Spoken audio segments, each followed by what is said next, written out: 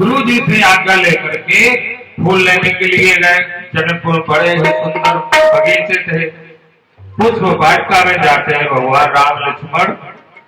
अब माली बैठे हुए हैं, मालियों से पूछ रहे हैं भगवान, चहुदिस चितय पूछ मालीगण। यानी भगवान जब जाते हैं तो मालियों से पूछते हैं कि हम फूल चुन लें। इधर कन्हैया होते तो क्या पूछते क्या मालियों से? पूछने का तो जरूरत ही नहीं थी, पूछने वाला सिस्टम नहीं था। इधर ही क्यों पूछ रहे? क्योंकि मर्यादा पुरुषोत्तम श्री राम है, इसलिए मालियों से पूछ रहे हैं। हमको गुरुजी ने भेजा है, वो गुरुजी को अपने इष्टदेव की पूजा करने के लिए पुष्प चाहिए, इसलिए हम पुष्प चुनने आए हैं। वो भैया आपकी आज्ञा हो तो हम पुष्प चुन लें। चलिए कथाएं याद आ गई है जगन्नाथपुरी की, कन्हैया जी की। जगन्नाथपुरी में माधव दास जी थे। माधव दास जी थे, बड़े ही कन्हैया जी के भक्त थे। तो शाम की टाइम यही 6-7 बजे घूमने के लिए निकलते थे, टहलने के लिए। उनने अपनी छड़ी ली, टहलने के लिए निकलते थे। कन्हैया जी उनके साथ जाते थे। जैसे कई दिन हो गए, एक दिन कन्हैया जी बहुत ही उदास थे। जब कन्हैया जी उदास थे तो माधव दास जी ने पूछा कि कन्हैया आज आप इतने उदास क्यों हैं? आज आप इतने उदास क्यों हैं? कन्हैया बोले वो सब ठीक है, कुछ नहीं है। माधव दास जी बोले नहीं कन्हैया, आपके चेहरा आज बता रहा है कुछ तबीयत तो ठीक है, कुछ परेशानी तो नहीं है। कन्हैया बोले नहीं, कुछ भी नहीं है, बस एक चीज की कमी है। कि क्या कमी? बोले चोरी नहीं की।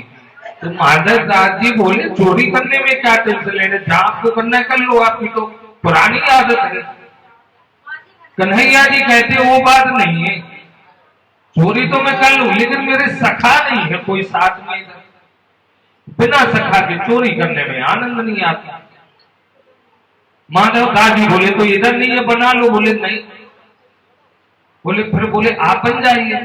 माधव दास जी बोले बुरे आदमी पंडितों के बस थे, कहीं उलझ जाएंगे का। हमने ना कभी चोरी की है, ना हमें कोई अनुभव है। कन्हैया बोले चोरी करने में क्या है, थोड़ी फूटती बरतनी पड़ती है, चोरी करने में क्या है। उनने माधव दास जी को ऐसी पट्टी पढ़ाई कि माधव दास जी चोरी करने के लिए तैयार हो। माधव दास जी ने कहा कन्हैया कहाँ चोरी करने? बोले जगन्नाथपुरी का जो राजा है उसके बहुत अच्छे कटहल फले हुए हैं, और वो नहीं इतना कंजूस है कि आज तक उसने एक भी कटहल नहीं चढ़ाया है, उसके कटहल तोड़ना। माधव दास जी ने सीधे साधे थे, ठीक है कन्हैया चलो। अब कन्हैया ले गए बगीचे के उधर तक पहुंचे तो कन्हैया जी तो पहले से थे अनुभवी। माधव दास जी पास में गए, पेड़ के पास पहुंचे तो कन्हैया ने कहा ठीक है हम गेट के बाहर खड़े हुए हो, आप वो पेड़ दिख रहा है उसमें से तोड़ के ले आओ।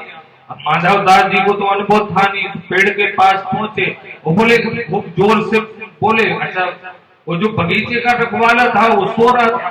जब वो सो रहा था इधर से पहुंचे, पेड़ के पास पहुंचे, बोले कन्हैया इस पेड़ पे चढ़ूं या इस पेड़ पे?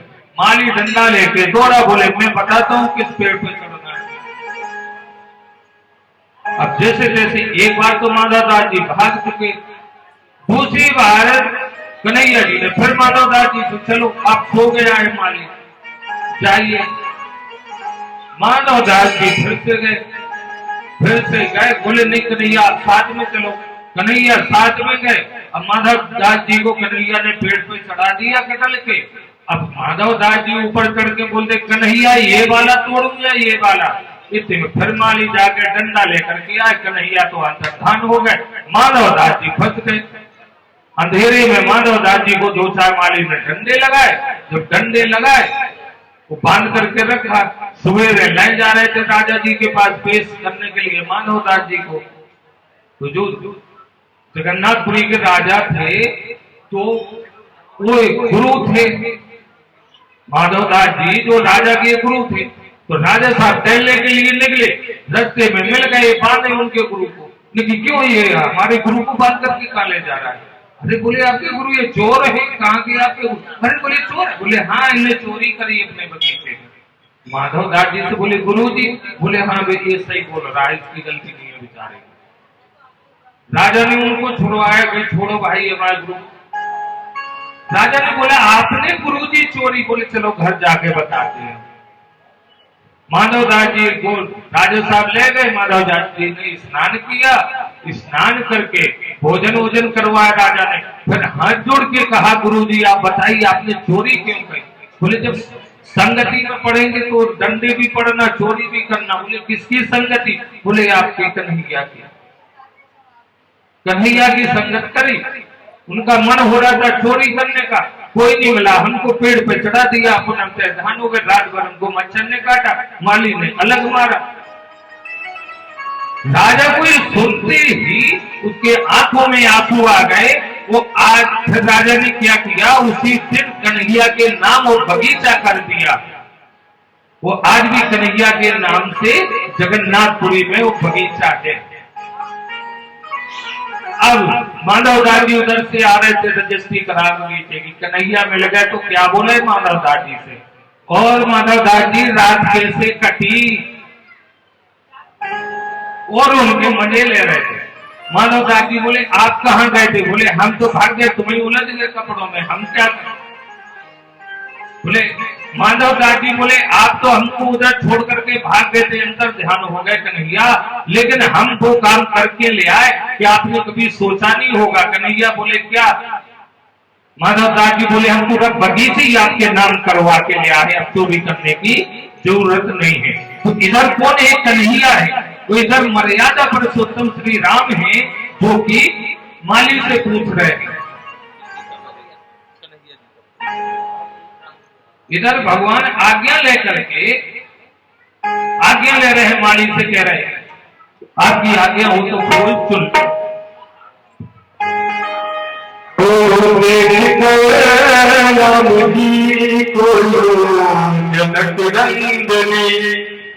बाग में यूं खड़ी रह गई,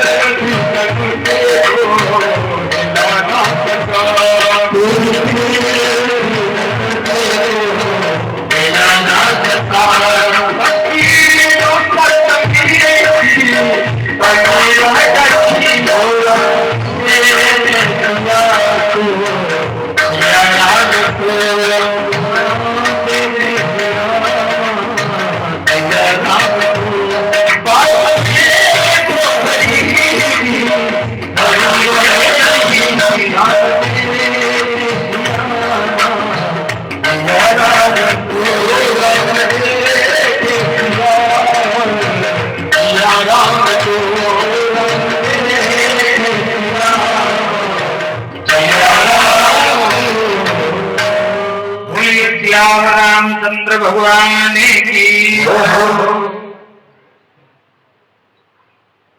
तेही अवसर सीता तहे आई, गिरजा पूजन जननी पठाई। उसी बगीचे में जब भगवान पुष्प चुन रहे थे तो उसी समय सुनैना जी ने जानकी जी को सखियों के साथ गिरजा जी का वही मंदिर था तो पूजन के लिए भेजा था। तो एक सखी फुलवारी देखने के लिए आई, सीता जी की फुलवारी देखने के लिए आई, भगवान का रूप देखा, मोहित हो गई, अगमग होकर के जानकी जी के पास जाती है, कहती है हे सखी पूजा बाद में कर लेना जानकी, पहले दो जो राजकुमार आए जिनकी पूरी जनकपुर में चर्चा है उनको तो देख लो।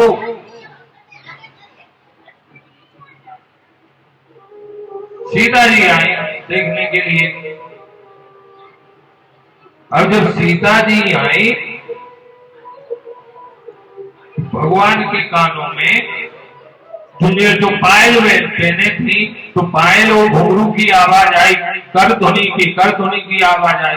लखन जी से कह रहे हैं ये धुनी कुछ मुझे आज अपनी तरफ खींच रही है, ये धुनी आज मुझे अपने तरफ खींच रही है, आज समझ में नहीं आता है, कुछ अजब लग रहा है। लखन जी बोले भैया गुरु जी ने फूल चुनने के लिए भेजा हुआ है, धुनी आपके कानों में कब से पड़ने लगी भैया। भगवान राम कहते आज कुछ मुझे ये धुनी पायल की, घुंघरू की, करधनी की मन मेरा कुछ विचलित हो रहा है। वो भगवान कहते हैं मोई अतिशय प्रतीत मन केरी और जही सपने पर नार नहेरी। लेकिन लखन आज मेरा मन मेरे बस में नहीं है, ऐसा मुझे लग रहा है। गोस्वामी जी लिखते हैं तो उसी समय जानकी आ गई थी। वो भगवान ने जैसी जानकी को देखा तो क्या हुआ कि ऐसे कहे मेरा ये देता ही होगा।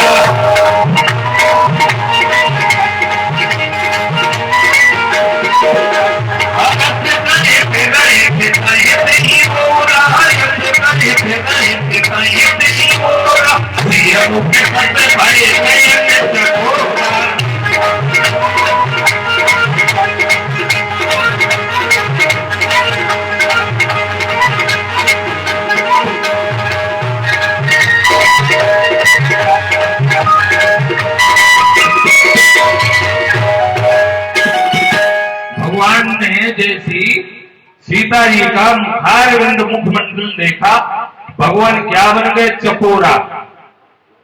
चकोरा ये पक्षी होता है जो कि चंद्रमा की तरफ टकटकी लगा करके रात भर देखता है।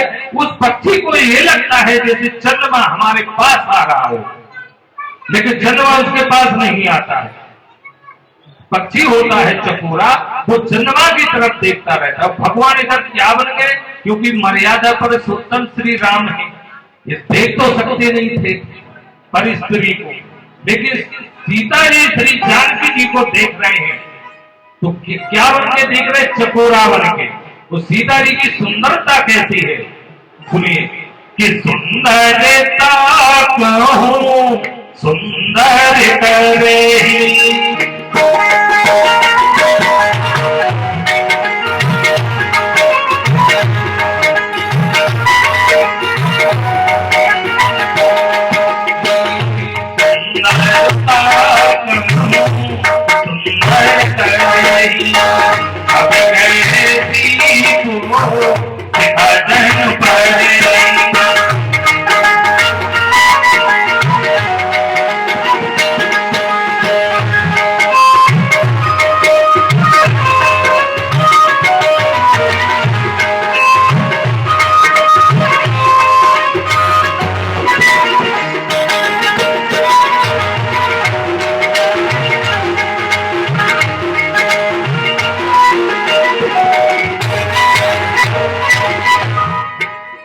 गोस्वामी जी कह रहे हैं कि मां जानकी इतनी सुंदर है कि उनकी उपमा ढूंढे तो कोई उनको मिले ही नहीं है।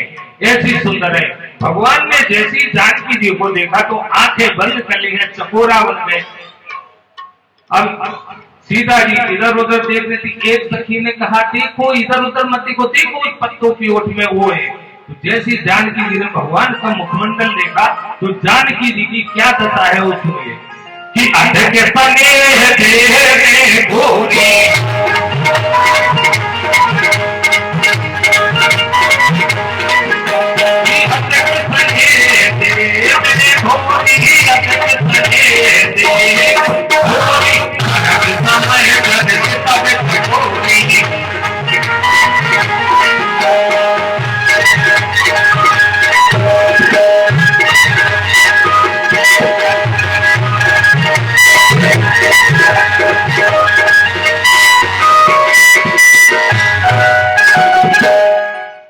अधिक स्नेह दे में गोरी। क्या सीता जी जैसी भगवान का मुखमंडल देख रही हैं तो क्या बन गई है? चकोरी बन गई ना, चकोरी। इधर भगवान क्या बने थे? चकोरा। वो जानकी जी बन गई चकोरी। अधिक स्नेह दे में भोली सरद सहेज छिदल चकोरी, चकोरी बन गई जानकी जी। अब एक दूसरे के जैसे एक दूसरे को देखा आंखें बंद कर ली। अब आंखें बंद कर ली, एक दूसरे की छवि भगवान राम जानकी जी की छवि हृदय में उतार रहे हैं। वो जानकी जी श्री राम की छवि हृदय में उतारती हैं। सखियां सब एक तक देख रही, अरे ये तो उधर ठहर गए, ये जानकी जी इधर ठहर गई। एक सखी कहती है काफी देर होगा। अरे जानकी जी आंखें बाद में बंद करना, पहले सामने खड़े हुए हैं और आपके पास में आ गए, सीधा देख लो ना, आंखें बंद करके क्या देख। तो जानकी जी शर्मा गई। वो सखी का हाथ पकड़ के गिरजा पूजन के लिए आई। जब गिरजा पूजन के लिए जानकी जी आती हैं तो मां भवानी से क्या मांगती हैं कि जाए जाए मेरे बाजना के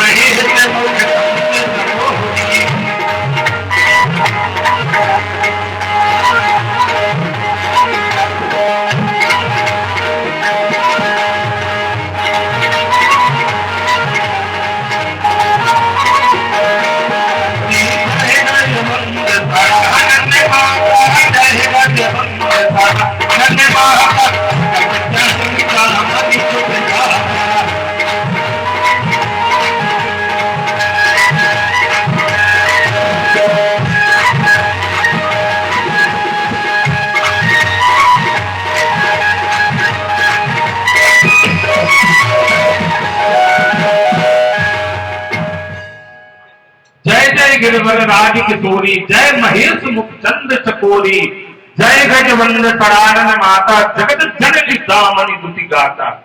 हे भवानी, हे आदि शक्ति, हे शैलपुत्री, हे महादेव को टकटकी लगाने वाली देवी, आप मुझे ये वरदान दीजिएगा कि जो मैंने सारा भर देखा है वही मेरे मन मंदिर में उतर गया है, उसको मुझे प्रदान कर दीजिएगा। हे गजानन की माता, आप तो सबकी हृदय की बात जानने वाली है, आपके सन्मुख में टिकट क्या करूं, आप तो सब जानती है, मेरे मनोरथ पूर्ण कीजिएगा।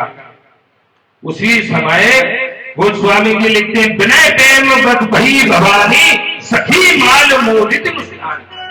मूर्ति मुस्कुराने लगी। वो जो गोरा जी के पार्वती जी के गले में माला थी, वो माला किसकी? और जानकी जी के गले में जा गिरी। वो गोरा जी बोल पड़ी कि सोनसियत है हती से हमारी,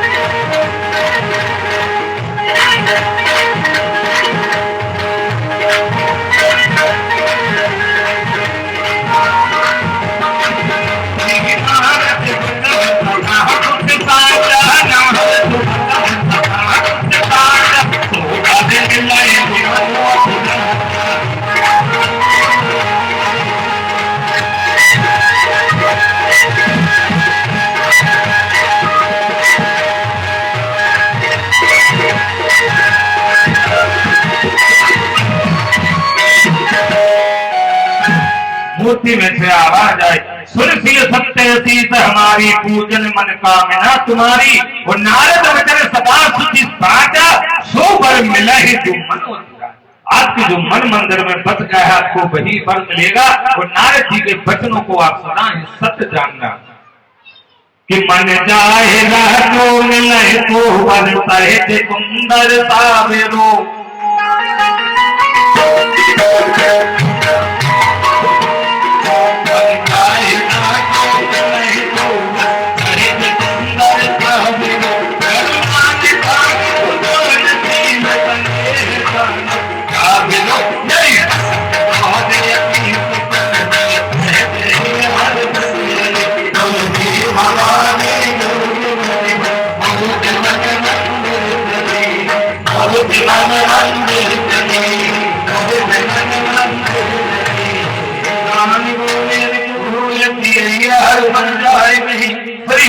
मंगल मूल भावे अंग धड़कन लगे।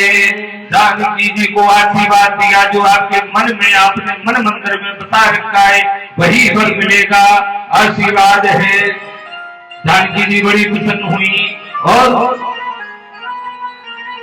अपने महलों के लिए अपनी सखियों के साथ चली गई।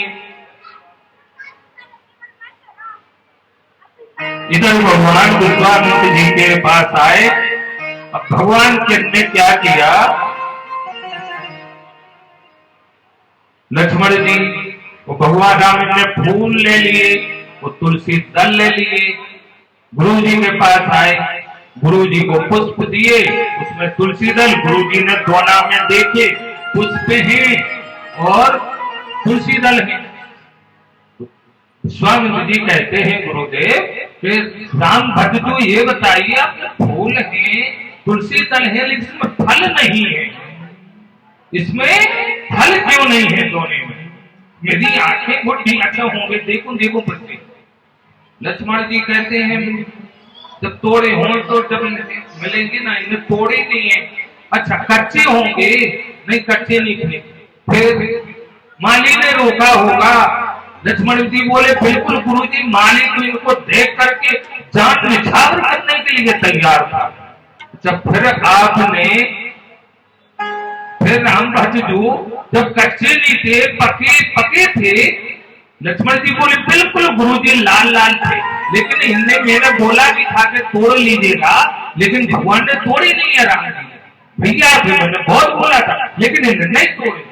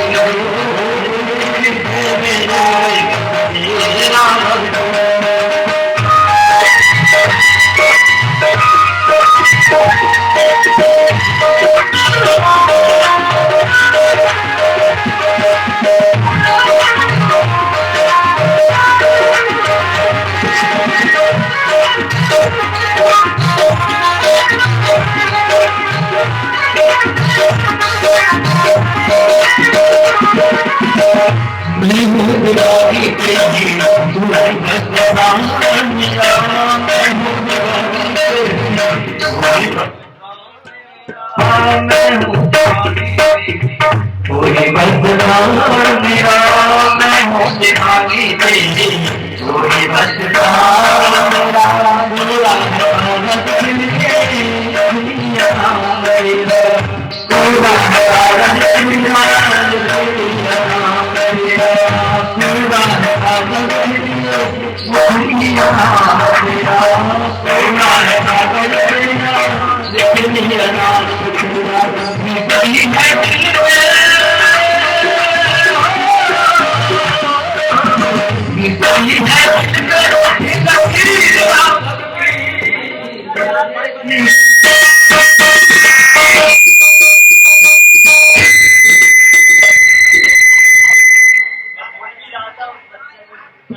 अरे बच्चे को पकड़ करके रखे बिचारे पूरा सिस्टम एकदम। चलिए बालक है, बालक बन रहे एक स्वभाव।